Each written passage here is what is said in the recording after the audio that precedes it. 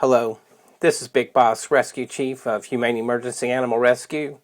Welcome to our series, Animal Rescue Postmortem, where we analyze the good, the bad, and the ugly of animal rescues throughout the world. Welcome back, Volume 8, video number 23. Let's get right to it here. We've got a dog that's caught on ice floe in, I'm guessing this is a river. It looks like the water has a current to it. How in the world did that dog get there?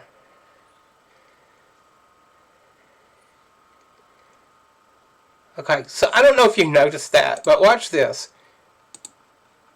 Okay, they're on a boat. The people that are filming this are clearly on a boat. They're not on another ice floe. This dog is looking at them.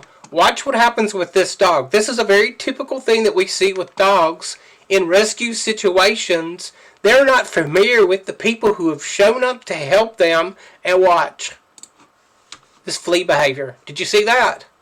That dog's like, I got to get away from them, so I'm on this ice water. If they were on land, that dog would have ran away from them. It'd be my estimation of how the dog would react to that. Okay? So you can see the dog is being very cautious of these people. We don't know what the dog's experience has been. I mean, it might have been abused by a lot of different people and stuff. So you can see the pacing there. And it's trying to keep its distance away from them. Alright, so I'm just going to stick with it. They're doing this rescue. They get the dog in there. In their boat. But I can't remember how this evolves. I don't think I've watched this whole video. Okay, so you see that pacing? It's not running straight to them. It's being very cautious. And it looks like an older dog. It might have trouble seeing. That's another thing. I don't know if I mentioned that in my videos, but that's something that you need to consider. It could be like a geriatric dog that's got cataracts or having vision problems, and it can't see very well. So don't count on that, that it can see you. And so it might be scared because of that. Alright, so they built up some trust with the dog. Took just a moment with it.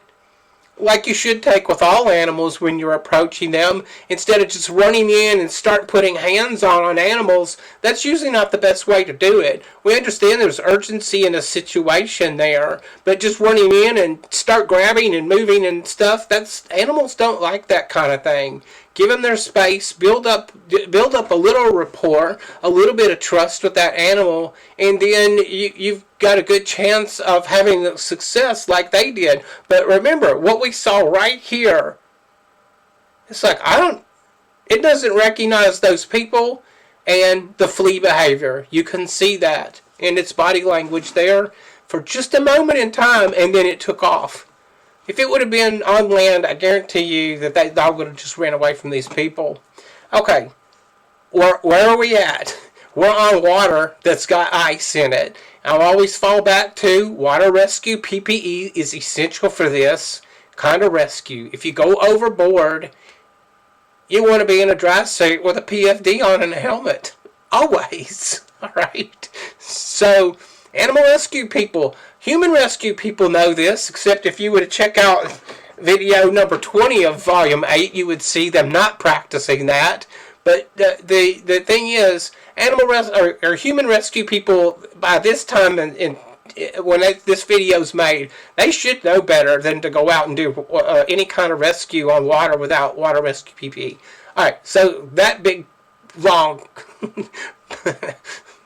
rant about water rescue PPE, let's switch back to what kind of tools do you want to have on hand? Animal handling tools do you want to have on hand for an incident like this? If you can't establish the rapport with this animal. So let me go back for just a moment. So is this situation an emergency or is it urgent? I would consider this to be an urgent situation. One where you do have time. I mean, like, if we're heading to the dam, and then it's like a 2,000-foot high dam, and we're 20 feet away from it, I'm going to say this is probably more urgent. So you have to take the totality of the circumstances into consideration.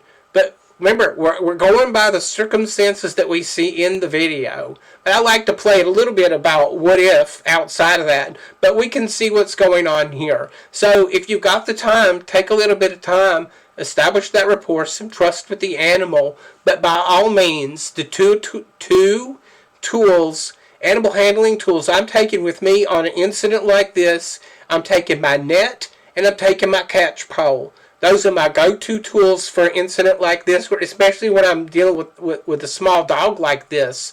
This dog, I could get in a net really easy, and that would probably be the first thing I would go for if I couldn't do what they did here. And that's slowly coax it over to the boat and then just get it on board the boat exactly the way they did it. So that would be my first choice. And then if this has gone on for a half hour or an hour, or we're getting close to going over the edge of the dam, then I'm going to take more drastic measures to get that dog in there to try and get it on board the boat. So, and I say drastic, I'm just talking about using the catch pole or the net. My first choice is probably going to be the net.